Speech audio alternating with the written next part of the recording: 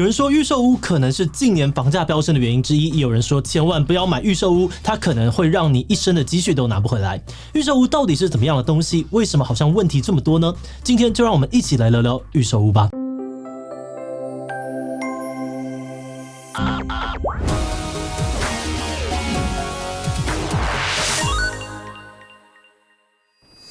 Hello， 大家好，我是志祺。多年来，房价不断的飙涨哦，对很多人来说，买房变成了遥不可及的梦想。好不容易省吃俭用存了一些钱，却远远赶不上房价，因此标榜贷款成数高，可以存到较少头期款就买房，头期款还能够分期付的预售屋就越来越夯。但因为预售屋看不到实体哦，只能够凭着样品屋啊，或是广告图纸签约，纠纷也是相当的多。盖的不如预期，广告不实，合约违法都时有所闻。有的建商还会盖一盖觉得不划算，要卖家加价才肯交屋，甚至有连盖都没有盖的，就因为资金周转不灵宣布倒闭。就没有钱才想买预售屋，没有想到存款居然会变成烂尾楼吗？到底为什么预售屋会有这么多问题呢？今天就让我们一起来讨论看看吧。不过在开讨论之前，按照惯例先进一段工商服务时间。容易长痘痘粉刺吗？那可能是因为脸洗得不够干净。这种时候，你或许可以考虑看看来自瑞典的 Foreo Luna 4洗脸仪。Luna 4有独家脉动科技跟抗菌细胶刷毛，能够有效清洁你脸上的脏污跟化妆品残留，还能够根据不同的肤况跟区域量身定制清洁程序，给你手洗达不到的洗脸体验。那我自己用起来就像是从牙刷改用电动牙刷一样，感觉清洁度真的有差。像我平常卸妆呢，通常都会清2次以上，但用 Luna 4的话呢，清1次就觉得够干净了。而且它的功能蛮多样的哦，除了清洁，也能够按摩，搭配面膜啊、精华液使用，还可以边放松边保养，也很适合早上容易水肿的人。那不管是想要送礼或者自用哦，都可以点击资讯栏了解更多关于 Luna 4的资讯哦。首先，我们先根据法规来看一下预售屋的定义：领有建造执照，尚未建造完成，而以将来完成之建筑物为交易标的之物。简单来说，就是建商在拿到建造执照之后，在房子还没有盖好之前，就可以一边盖房子一边卖房子，而这个房子就是所谓的预售屋。而看上预售屋这个销售模式的商人，早在70年前的香港就出现了。当时战争刚结束，涌入了很多的移民，买房的需求快速的增加。香港商人霍英都想到的策略就是在动工之前先收一些定金，等工程开工之后，买家再慢慢的分期付款就好。这样子，建设公司只要投入少少的资金就能够盖房，而民众也不用一次拿出大笔的现金，负担也会比较轻。这个双赢的策略果然一推出就获得了巨大的成功，只要他们开新案，1天之内就会卖光，盛况空前。而台湾呢，则是要到1974年之后，预售屋才成为了市场的主流商品。当年因为第一次石油危机造成了物价的上涨，很多人为了保值都在抢购房地产，而政府为了要稳定经济，就下令所有的金融机构停止对建筑业融资，让很多的建商都被断了金源。对于建商来说，房子一盖就是好几年，中途如果没有足够的钱，可能会出现周转困难。因此，为了筹措资金，许多的建商纷纷改推预售屋，也让它逐渐的成为了台湾不动产市场的特色。根据住展杂志的资料，2021年北台湾新建案的推案量当中呢，有超过80%都是来自于预售屋。而之所以比例这么高，除了预售屋为建商带来好处，对于民众来说也是好处多多。在房地产市场当中，最常见的几种商品大概有这3类。一般来说，购买新成屋可以向银行贷款到7-8成，而二手的中古屋可能会因为屋龄啊、屋况的关系，贷款成数会比新成屋低。再加上旧屋需要翻修，一开始要准备比较多的现金，所以对于资金有限的人来说呢，比较不算是首选。而新成屋跟预售屋的主要差距就在签约后的付款时间。新成屋一般1个月内就要缴交完整头期款，不像预售屋可以分成3个时期来交付，分别是自备款、工程款跟保留款。一开始自备款只占总价的10到15%，相较于新成屋负担少了一半。再来是工程款占总价的5到10%。有的建商是房子盖到哪收到哪，而有些呢要按月给付，甚至也有标榜工程期零付款，会等到房子盖的差不多才开始收钱。而最后则是保留款。根据规定，买家可以保留5% 的钱，交屋时再付给建商。这样子类似于分期付款制度是很多首购族选择买预售屋的原因。而此外，因为预售屋还在盖嘛，房子的格局啊、管线以及设备，民众都可以根据自己的需求提出客户变更。想要把小3房呢改成2大房，或是换马桶啊、加插座都没有问题，也可以省下一笔拆除费用。不过，尽管预售屋看起来既弹性又相对的好入手，实际上相关的纠纷也非常的多。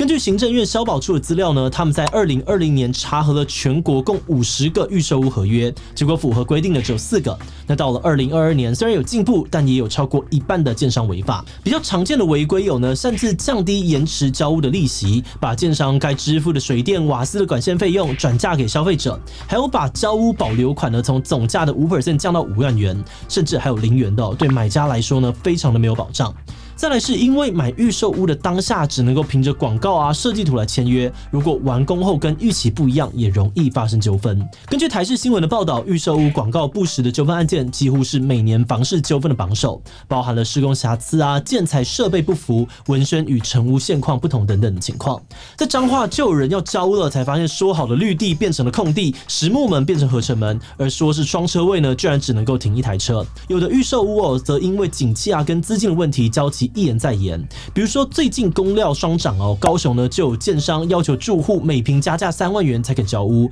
否则呢他们宁愿付多1倍的定金违约。还有人呢付了钱却遇到建商倒闭，积蓄瞬间变成烂尾楼。在桃园呢就有一个将近200户的透天厝社区，过了30年都还没有盖好，买家到现在钱都还拿不回来。更可怕的是，预售屋不只让买了房的人担心，还让想买房但还买不起的人陷入越来越绝望的境地。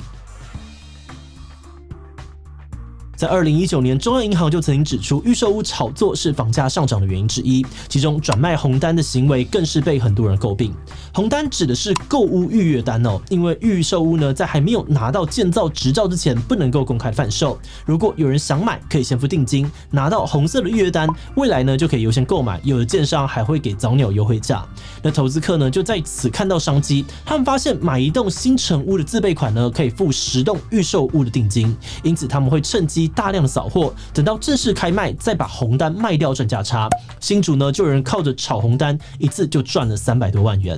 而转卖红单对于建商来说也有好处除了可以营造开卖即完销的抢手假象，还能够借此的拉抬价格，最后就害真正有需求的人担心买不到，只好加价买，造成了房价飙升的负面循环。因此针对这些争议呢，近年来政府在法规上面也制定了一些相关的预防措施。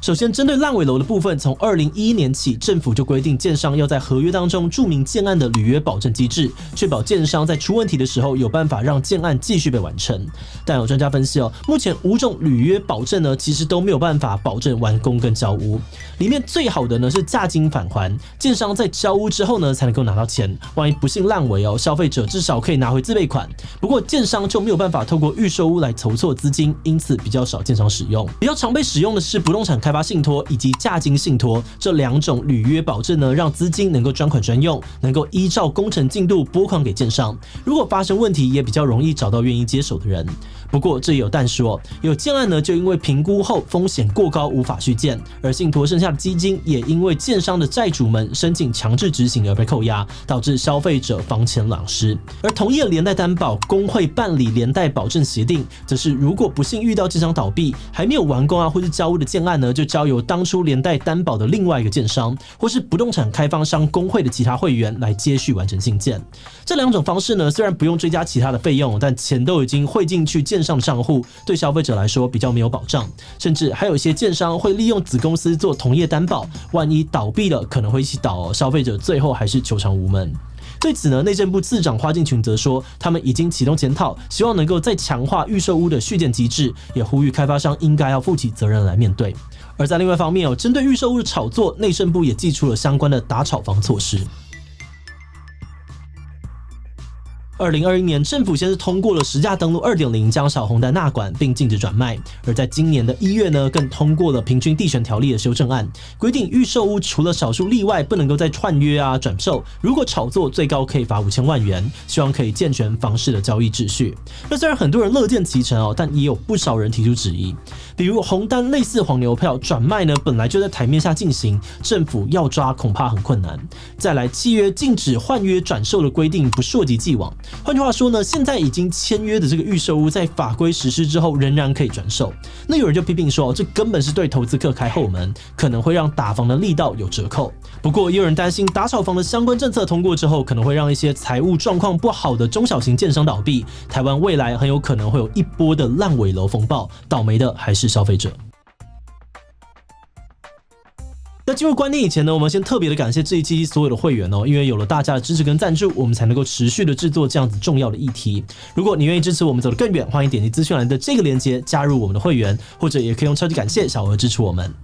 那话说回来哦，因为房价涨个不停，很多人都已经将买房剔除人生目标，但也有人试图透过门槛较低的预售屋买个能够安身立命的家。那虽然预售屋是个利益良善、有机会带来双赢的产品哦，但以目前的制度来说，预售屋的风险大部分都还是由消费者承担。如果不幸遇到问题，可能就会因此赔掉多年的积蓄。我们认为政府有必要尽早的提出跟落实更有真的有用的补充措施，包含了前面提到的预售屋续建机制，以及未来平均地权条例的执法修正等等，避免炒作的措施。不然呢，民众还是会持续的面临巨大的风险。当然，我们也不是要说千万不要买预售屋，或者是建商全部都是坏人，但我们希望能够透过这一集协助大家如实的看见预售屋目前的好处以及可能的风险。所以，如果看完这集哦，买预售屋仍然是你考虑的选项之一的话，我们也找了2个建议提供给大家。一呢是在买之前要先打听一下建商名声，最好是财务稳健的上市柜公司，虽然价格比较高，但可能会比较有保障。再来签约时，则要仔细的核对预售屋的定型化契约，如果发现有不符合规定的，可以要求建商改正或是拒绝签约。